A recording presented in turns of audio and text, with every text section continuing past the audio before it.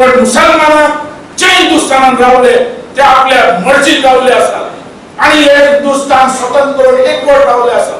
हे हिंदुस्थान जे असा एक घटनेप्रमाणे चलतले, कोणाच्या हुकुमशाही चलचेना जी बाबासाहेब आंबेडकरांकडे घातल्या त्या घटनेत आणि ती घटना सगळ्या मायनॉरिटी, सगळ्या लोकांना, सगळ्या सिटीजनांना त्याच्या भितर राईट असतात. ती घटनेक आम्ही हात बाजूचे आणि त्याच्या भितर बाबूच गंभीर असतात. या घटने खातीर हांव आमदार जालो. या घटने खातीर आज प्रमोद सावंत असल्या मनशांनी म्हाका डेप्युटी चीफ मिनिस्टर केलो. हिंदुस्थाना भितर आमी हे करूं शकतात, हे आमी करपाक केन्ना दिवचे ना आणि बीजेपी गव्हर्नमेंट हे करचे ना. कारण बीजेपी गव्हर्नमेंट ही बारीक लोकांतल्यान मुखार सरलेली, रेडीमेड न्ही. बीजेपी गव्हर्नमेंट एक दोन एमपी घेऊन आज 300 एमपी झाले, 303. या रीतीन मुखार सरल्या बीजेपी. सगळ्या लेवलांतल्यान चल्ल्या, ग्रास रूटल्यान चल्ल्या. काँग्रेसचे भाशेन रेडीमेड ना. काँग्रेस रेडीमेड. आज या बीजेपी सगळो ग्रास रूट लेवलचो भुरगो आहा तेका कितें जाय हें आज कळटा. ही बीजेपी गव्हर्नमेंट हांव चल्ल्या हिंदुस्थाना भितर. म्हणून भावान हांव म्हणटा, तुमच्या मनात कितें घाली ते लोक काँग्रेसचे, हे लोकां खातीर न्ही, हे सिर्फ आपलो स्वार्थ सांबाळपा खातीर.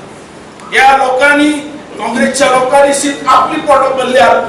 म्हणून हांव मागता तुमच्या सगळ्यां कडेन, फर्स्ट टाइम आमकां गोंयांत सरकार मेळ्ळा जे बहुजन समाजाचे, जे दलिताचे, जे मुसलमानाचे, जे कैथलिकाचे, हे सरकार. जम्मू कश्मीर की ये गडकरी जी ने कमेटी बनाई थी राजनाथ सिंह जी के नेतृत्व में. मैं, रविशंकर प्रसाद, राजनाथ सिंह जी, माया सिंह जी, नड्डा जी ये कमेटी में थे. हमने जाकर देखा था जो पाकिस्तान से हिंदू आए, जो जम्मू कश्मीर में रह गए, क्योंकि धारा 370 लगी थी, तो उनको जो झोपड़ी मैंने अपनी आंखों से देखी. तब जो 47 में झोपड़ी बनी थी वैसी झोपड़ी, उनको वोट देने का हक सेंट्रल में है लेकिन स्टेट में नहीं था. 370 हटाई तो वो हक मिला. मैं आपसे कहना चाहता हूं कि सिटीजनशिप अमेंडमेंट जो एक्ट है ये पहली बार नागरिकता नहीं दी गई. जब युगांडा से हिंदुओं को मारकर भगाया जा रहा था तब भी हमने नागरिकता दी थी युगांडा के हिंदुओं.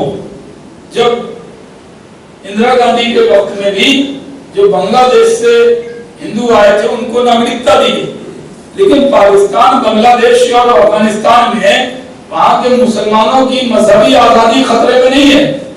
यानी अल्लाह और उसके रसूल को मानने वालों को कोई खतरा नहीं, तो जैसे हमारे हिंदुस्तान में नहीं.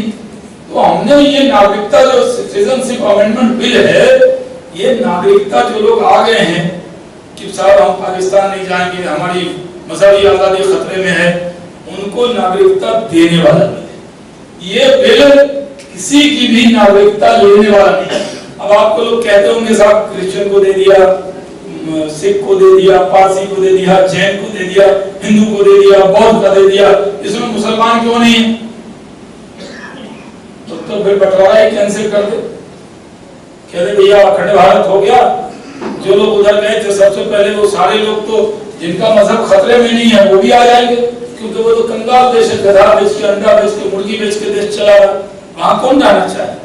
ये हमने सिर्फ रिलीजियस माइनॉरिटीज को दिया. माइनॉरिटीज जैसे आर्टिकल 30 में हिंदुस्तान में जो हक हमको और आपको मिला हुआ है वो हक बाबू भाई को नहीं मिला, वो सतीश जी को नहीं मिला हुआ. जो हक जिन्ना शेख साहब को मिला है, मुझे मिला है, वो हक नहीं है. वो हिंदुस्तान के आईन में आपको ये हक मिलता है कि माइनॉरिटीज के लोग अपना इंस्टीट्यूशन खोल सकते हैं, अपना कॉलेज खोल सकते हैं, उनको ये सब्सिडीज मिलेगी. अब नकवी साहब माइनॉरिटी अफेयर के मिनिस्टर, उनका जो फंड है उस फंड पर सतीश जी का या बाबू भाई का उसमें हक है, क्योंकि वो रिलीजियस माइनॉरिटीज नहीं. माइनॉरिटी अफेयर मिनिस्ट्री जो है वो रिलीजियस माइनॉरिटीज के लिए, लिंग्विस्टिक माइनॉरिटीज के लिए बनी हुई. तो ये जो हमने सिटीजनशिप अमेंडमेंट एक्ट बनाया है, ये सिर्फ जो लोग वहां से आ गए हैं जिनका मजहब खतरे में था उनको नागरिकता देने वाला बिल है. इसमें किसी की भी नागरिकता छीनने वाला ये बिल नहीं है. ये गलतफहमी अपने दिलो दिमाग से निकाल दीजिए।